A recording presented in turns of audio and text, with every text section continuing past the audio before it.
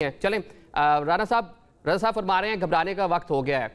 NAB کے حوالے سے ہم دیکھ رہے ہیں پورے معاملہ جو چل رہے ہیں اور فیض صاحب کی گرفتاری ایک نیٹ ورک پورا نئے انکشافات, تو گھبرانے کا ٹائم آ گیا پاکستان تحریک انصاف کے لیے. بسم اللہ الرحمن الرحیم. یہ جو رضا ہارون صاحب ہیں یہ کوئی جج ہے کہ انہوں نے فیصلہ سنا دیا ہے؟ پہلی بات ہے. دوسری بات یہ ہے کہ جو بھی آپ نے ابھی بات کی وہ فیصلہ تو میرے بھائی کرنا ہے عدالتوں نے. 1.5 سال ہو گیا ہے. آپ ہر حکومت کا یہ حصہ بن جاتے ہیں. اب پتہ نہیں آپ مجھے پتہ نہیں کون سی جماعت میں ہے, پیپلز پارٹی میں شاید ہے, وہ ایک ہی چیز ہے.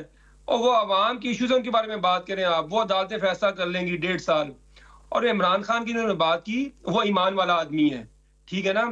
وہ سیاست اپنی ذات کے لیے نہیں کر رہا, وہ چھوٹی کوئی ممبری کے لیے نہیں کر رہا یا وزارت عظمیٰ کے لیے نہیں کر رہا, وہ سیاست پاکستان کے لیے کر رہا ہے. اور وہ واحد آدمی جس کا جینا مرنا پاکستان میں ہے. یہ سارے لیڈر ہیں, ان کے پیسے بھی باہر ہیں, جب بھی مشکل وقت آتا ہے یہ باہر چلے جاتے ہیں اور پھر یہ NRO کر لیتے ہیں سارے.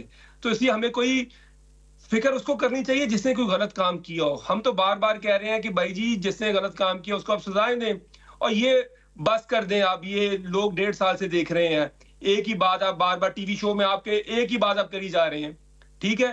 اور فیصلہ تو کرنا ہے عدالتوں نے. ہم نے بھی کہا کہ اس کی انکوائری کرا لیں, آپ جوڈیشل کمیشن بنا کے انکوائری کر لیں. لیکن عدالتوں نے فیصلہ کرنا ہے, اس پہ بھی آپ کو اعتماد نہیں ہے, آپ کو سپریم کورٹ پہ اعتماد نہیں ہے, آپ کو اسلام آباد ہائی کورٹ پہ اعتماد نہیں ہے, آپ کو ججز پہ اعتماد نہیں ہے. تو ایک سائڈ یہ بھی تو ہے آپ لوگوں کی. اعتماد نہیں ہے.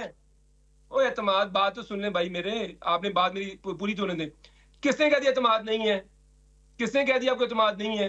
اگر ایک اور یہ آپ کو شاید پتا نہیں ہے, لاء کے اندر یہ رائٹ ہوتا ہے کہ اگر آپ کسی جج پہ عدم اعتماد کا اظہار کر سکتے ہیں. یہ کوئی انہونی بات ہے؟ عدالتوں کا احترام ایک چیز ہے, کسی ایک جج کے اوپر اعتماد نہ, یہ دوسری چیز ہے. دونوں کا مکس نہ کریں آپ, ٹھیک ہے. تو اس لیے وہ مختلف چیز ہے. یہ 12 جولائی کا جو فیصلہ آیا تھا ریزرو سیٹوں کے اوپر, اس کے اوپر تو آپ نے کوئی پروگرام نہیں کیا آج تک. آپ نے کوئی آپ نے نہیں بتایا کہ کیا نہیں, ہم نے بڑے پروگرام کیے ہیں. وہ فیصلہ جو آپ کے حق میں آ جائے تو اس پہ تو آپ لوگ شادیانے بجاتے ہیں, لیکن فیصلہ اگر آپ کے خلاف آ جائے تو اس پہ آپ لوگوں کا یہی موقف ہوتا ہے. وہ آپ لوور جوڈیشری کی بات کر لیں, آپ سپریم کورٹ کی بات کر لیں, ہائی کورٹس کی بات کر لیں, یہ تو وتیرہ رہا ہے پاکستان تحریک, بلکہ باقی بھی جماعتوں کا یہ وتیرہ ہے. میں چپ کر جاتا ہوں. نہیں, سوال تو میں نے آپ سے کرنا ہے نا, آپ کوسچن کا جواب دیں گے نا جی.